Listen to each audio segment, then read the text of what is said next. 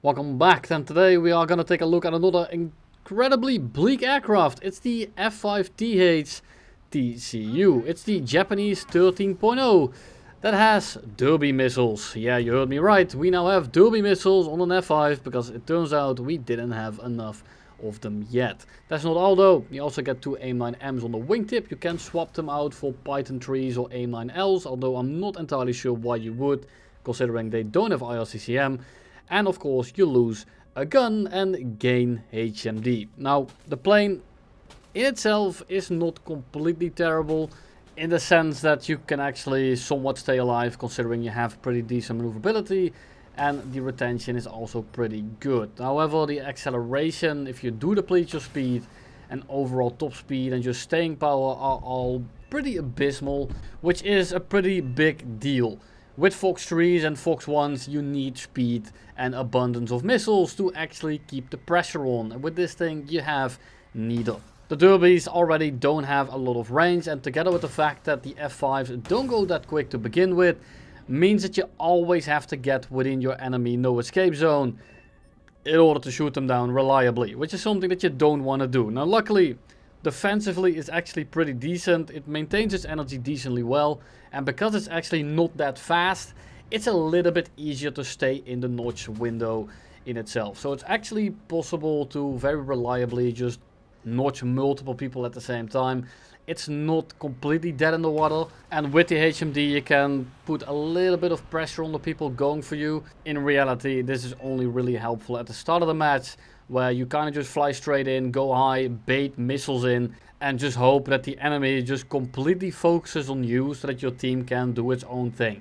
The issue is, if you want to get kills yourself, you actually need to play it a little bit more sneaky. You have to actually fly around the map and try to get the drop on people, because you don't have a big amount of missiles. You only have 2 missiles that you can contest with in the add-on.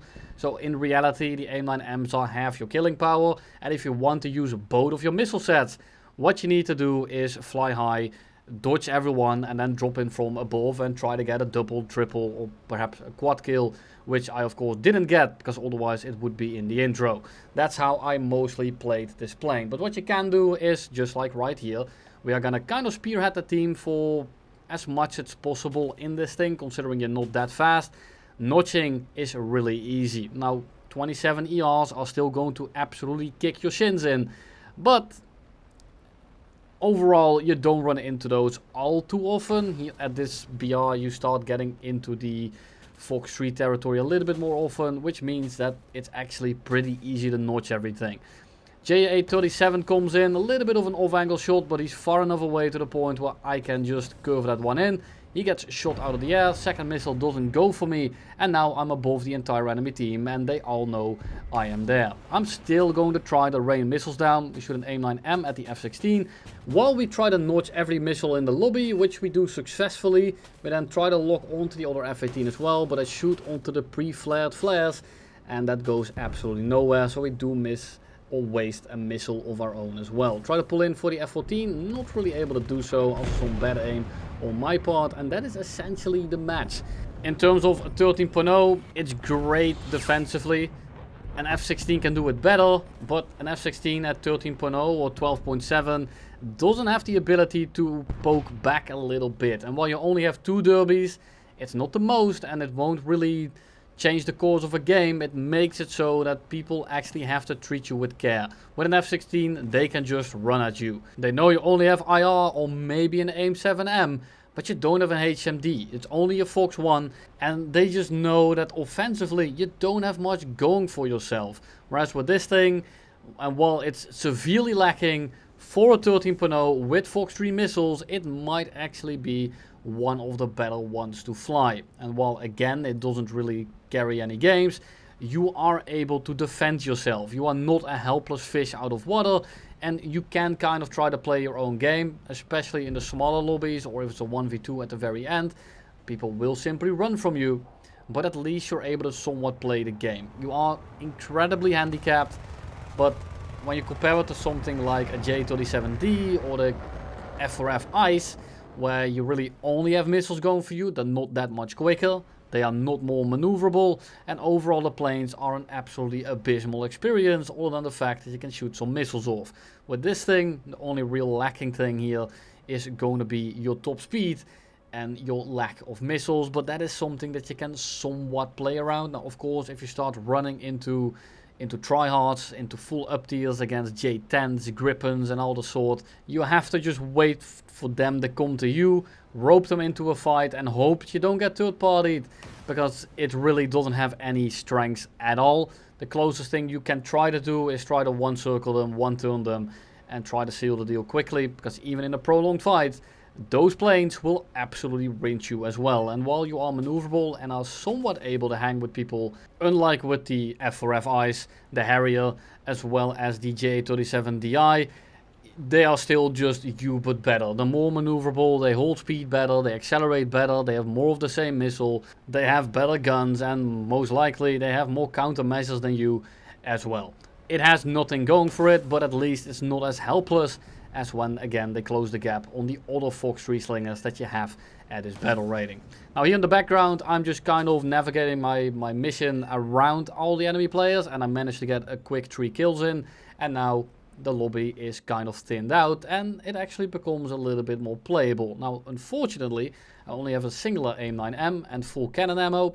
I haven't used many countermeasures, so I should be able to hang with the last 4 guys. Now, I can go RTB here and try to get new missiles in, and that's probably the smart thing to do. But at the same time, I'm just trying to get some fights in. I'm trying to be nimble. Low fuel is pretty decent when you try to dogfight people. JF-17, J10, and I think there's another J10 somewhere on the horizon. So I'm actually gonna just stay in the air and see if I can support my team, because you don't really want to go in there completely on your own with the missiles. If it's a 2 or 3v1, you might actually be able to pick off 2 of them with the derbies. But I'm trying to collect footage and show you how the plane is when you run out of Fox 3s, because that's also an important part considering how little missiles you have. And I'm trying to stay in the air to just support my team while they are still alive. If I go back to land, by the time I have taken back off, the game is probably over. Either they all killed each other or my team is completely gone. Either way, I am not going to get much done. So I'm going to stay in the air. I'm going to maintain lower throttles to conserve a little bit of fuel. And then I notice a J10. And he is engaging my teammate. So he's probably not really looking at me just yet. So I'm trying to close the gap here. I'm not really worried about the AIM-9M considering the range. I notice that he's turning in fully. And I'm not going to be firing at a high angle shot with an AIM-9M. They're not that maneuverable. I throttle drop a little bit, try to shove the AIM-9M right up his asshole, but he 2 flares it, which is a little bit unfortunate. Now luckily for us, he tries to go into a scissor while I'm going slower, meaning that I get a very easy shot and set the guy on fire. This guy is not gonna have a great time.